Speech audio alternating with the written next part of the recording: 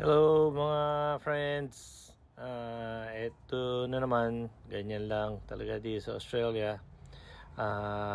Para makatipid, you have to do everything. So, ito, pag may time, lilip-lilip lang sa sarili nating makina, brother. Natutunan natin to from our lola, mommy back home in the Philippines.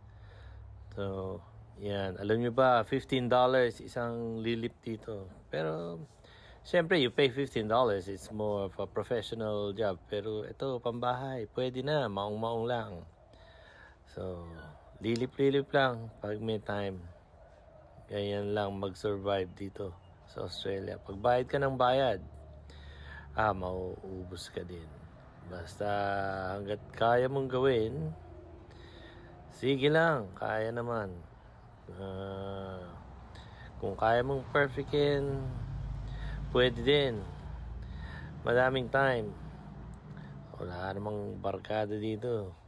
Dito, ano lang, trabaho, bahay, trabaho, bahay. Ipon ng pamasahe para makabisita sa pamilya at saka syempre makapaglibang-libang din, abroad din paminsan-minsan.